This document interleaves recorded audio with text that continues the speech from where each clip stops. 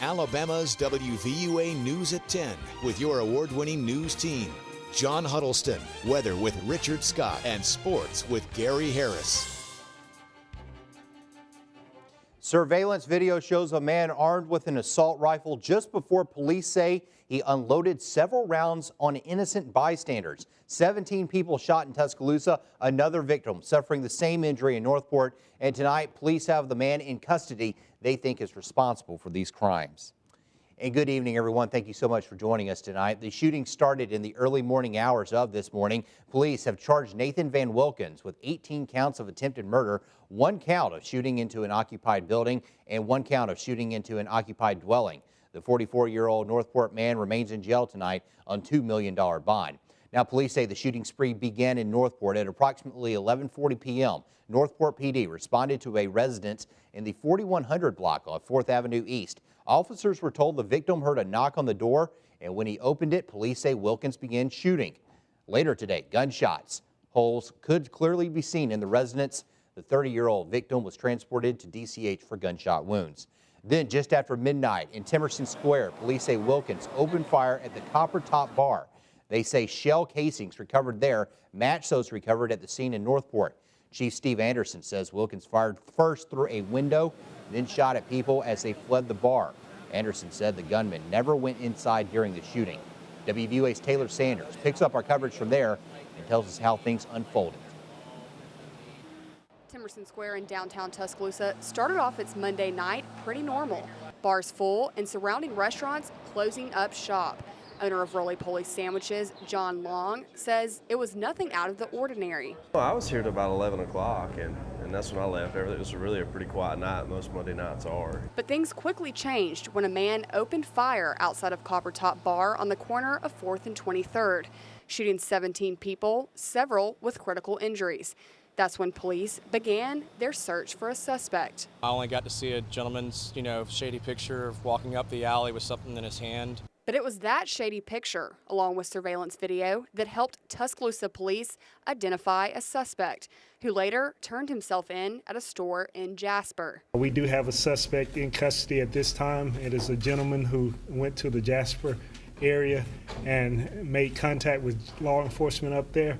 And he's indicated that he was involved in the incident yesterday. 44-year-old Nathan Van Wilkins was taken into custody and charged with attempted murder. And local residents say this type of thing doesn't have to happen. This is a very good community. This is one of the most, celebrated areas, especially during football season. I think, it just happened to be just an anomaly that somebody wanted to ruin it for everybody else. And unfortunately, there hadn't be a weapon involved. Police say they are still investigating a motive for the shooting. Reporting in Tuscaloosa, Taylor Sanders, WVUA News. And here's some information about some of the people shot in downtown Tuscaloosa. Of the 17 people hit, at last report, 3 were listed in critical condition, 1 very critical. Also, out of the 17, 3 were University of Alabama students, but all of them had non-life-threatening injuries. UA also tells us a football support staff member suffered non-life-threatening injuries. Well, dozens of people were out last night just having a good time. Witnesses paint a picture of a horrific scene following the shooting. WVUA's Daniel Sparkman spoke with some of those witnesses today and joins us now live from downtown Tuscaloosa with more. Daniel, good evening. John, the scene tonight is nothing like it was 24 hours ago when a gunman opened fire here outside of the Copper Top Bar in Emerson Square in downtown Tuscaloosa. But that tragic event made everyday people into heroes as they jumped in to help those injured in this mass shooting. People just like Ethan, Noah, and Annalise were out here enjoying the night, just hanging out, having a good time when the unthinkable happened. We were kind of taken aback for a minute. Everyone was just like, oh, what's that? But then people started yelling, I've been shot, somebody's shooting. When the people were hit, they ran in the bar if they could, and the AJ kid, he crawled his way in, and that's when the bartender went around and shut the doors and locked them. Noah quickly looked around and found people all around him injured by the gunman. I, right off the bat, saw 3 people who had suffered wounds. I think one of the bullets ricocheted, and a guy got caught in the bridge of his nose, and he was holding napkins to it, but he was bleeding pretty profusely. And another girl had gotten hit in the foot. It did some pretty bad damage to her toes.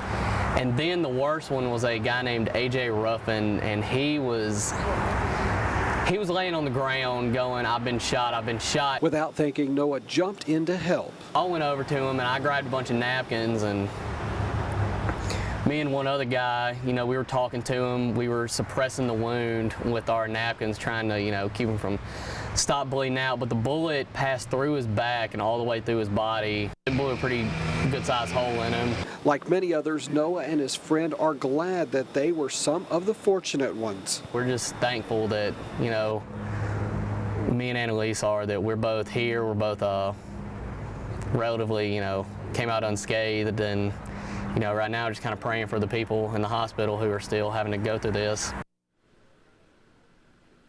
John, I also spoke with two roommates who were actually inside of Coppertop when the shooting happened, and they said it was like a movie. They heard the first round of shots fired, and they said everybody just froze before the second round began, and then everybody just fell to the ground to take cover. And, it was without a doubt much different scene than it is out here tonight. All of the witnesses say they are just happy to be alive and, of course, praying for all the victims. Reporting live in downtown Tuscaloosa, Daniel Sparkman, WVUA News. John? Daniel, thank you very much. 1831 bar did reopen earlier tonight. There is no word, though, on when Coppertop may reopen. And apparently, police say Wilkins' crime spree didn't stop with the shooting. WVUA's Travis Leader is in Brookwood tonight, where law enforcement officials tell us the 44-year-old is now a suspect in an arson. At 3:10 a.m. this morning, we got a fire alarm, but this building here was on fire. Then we responded to it, and they had 3 vehicles inside this building that was on fire. Garner says the state fire marshal is calling it arson, and Tuscaloosa Metro Homicide is calling Wilkins a suspect. One reason why? Wilkins used to work at Capstone Oil, which was where the fire started. It appears that he was a past employee and that other incidents have taken place within this company where the company has been victimized, and all those issues will be looked at as part of this investigation. Brookwood police are investigating the fire. Sexton says their information has helped tie Wilkins with the other crimes he is suspected of committing. Well, Brookwood Police Department came forward this morning with information of the incident they had last night and also a suspect, and that was very instrumental in helping us develop information on Mr. Wilkins. Wilkins' alleged reign of terror also temporarily put a Brookwood restaurant and shop out of business. One owner says she had only been in business for 3 weeks before the smoke damage shut her down. And we knew ours was in harm also. It's just a lot of smoke damage, and it's going to put us out for about 4 to 6 weeks probably. But their setback was at least met with some relief. It's been very stressful, but we're blessed no one got hurt. Tuscaloosa Metro Homicide continues to lead the investigations. In Brookwood, Travis Leader, WVUA News.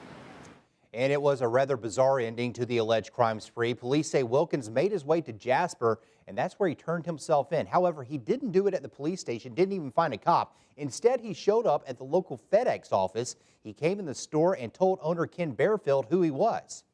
Bearfield says he noticed Wilkins walking around, became suspicious. Wilkins had parked his white truck at Walmart and walked up to FedEx to turn himself in. He immediately surrendered when law enforcement arrived. Jasper Police Captain Larry Cantrell says Wilkins' original plan was to avoid jail at all cost.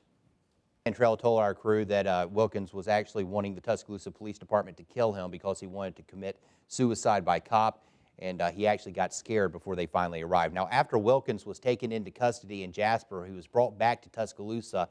You could see him this afternoon being transported from Tuscaloosa Metro Homicide to the Tuscaloosa County Jail. Again, the 46-year-old suspect remains in custody tonight, charged with several things, not the least of which is 18 counts of attempted murder. His bail has been set at $2 million.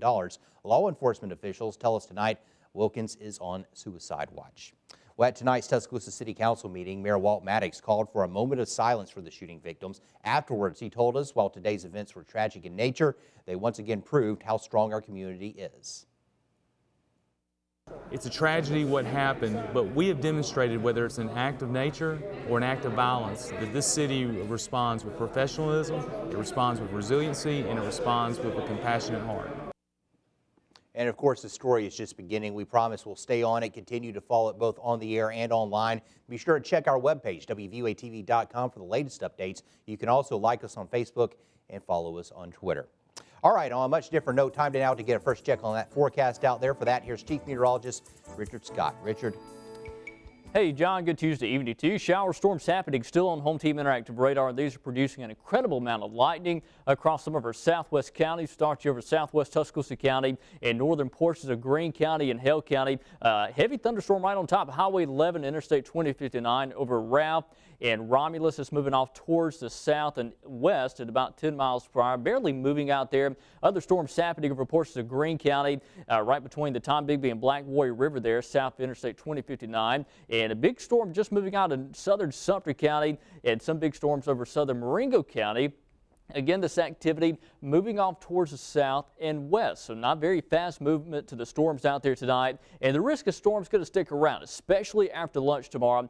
89 by lunch and 93 by 4 o'clock. But what about the rest of that forecast? Look at the weekend forecast. Weather is coming up.